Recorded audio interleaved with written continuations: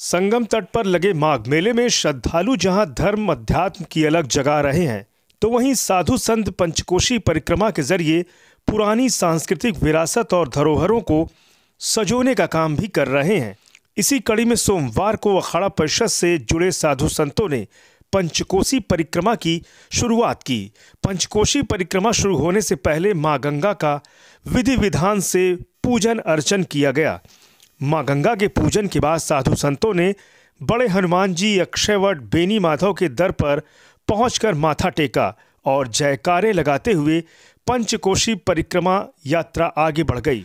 अगले 3 दिनों तक यात्रा प्रयागराज के आसपास के सभी प्राचीन मंदिरों में पहुंचेगी, जहां पर साधु संत दर्शन पूजन करेंगे। पूजा की गई है, आराधना की गई है, माँ गंगा की हमने आराधना की है और यहाँ से जो हमारी पंचकोशी यात्रा है उसकी शुभारंभ कर दी गई है। किस तरह से तैयारी की गई है, किस तैयारी जो परंपरागत रही यहाँ पे उसको हम लोग लेके चल रहे हैं। वो परंपरागत ही रहेगा और चल के अपने परंपरागत रूप से आएगी और पुनः उसकी समाप्ति की जाएगी। जूना अखाड़े के महामंत्री हरिगिरी ने कहा कि सनातन संस्कृति और सभ्यता को बचाने के उद्देश्य से यह यात्रा आदिकाल से निकाली जाती रही है। इसी को ध्यान में रखकर हर वर्ष माघ मेले के दौरान पंचकोशी परिक्रमा की जाती है। इसका मकसद हमारे तीर्थों और पौराणिक मठ मंदिरों की रक्षा करना पंचकोशी परिक्रमा का पूर्ण मकसद है।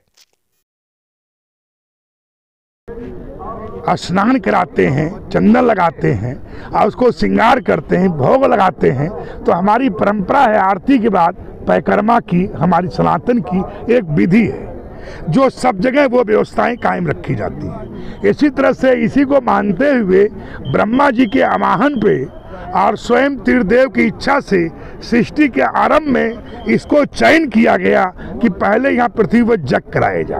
तो ब्रह्मा जी की इच्छा से जग का यहाँ जब व्यवस्थाएं हुआ और उसको जब यहाँ पे वो तय किए गए और सारी शक्तियाँ मिलकर, तो ब्रह्मा जी के आह्वान पर सारे देवता यहाँ आए।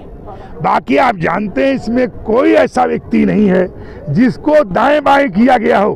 बहुत चीजें नहीं जाते हैं। तुलसीदास जी की चौपाई को याद कीजिए और शब्दों को याद कीजिए कि यहाँ पे किसी को किनारे नहीं किया गया, सारा समाज पर एक साथ यहाँ आराधना किया गया।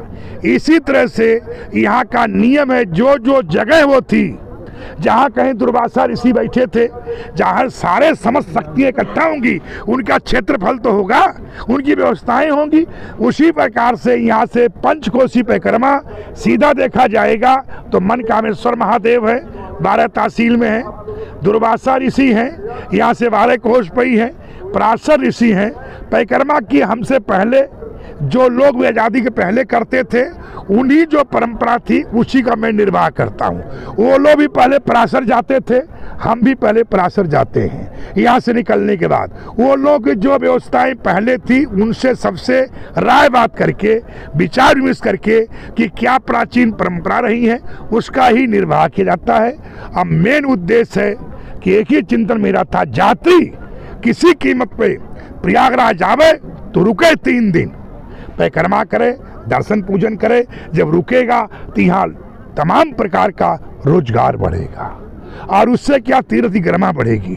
उसके लिए अच्छे अच्छे सुंदरीकरण जैसे पर्यटन विभाग करता है, ऐसे यहाँ करे। इसलिए परिक्रमा के द्वारा उन ऐतिहासिक जगहों को, लोगों को, शासन प्रशासन को, मीडिया को, लोगों के बारे में चेतना जगाना, उसका प्रचार प्रसार करना।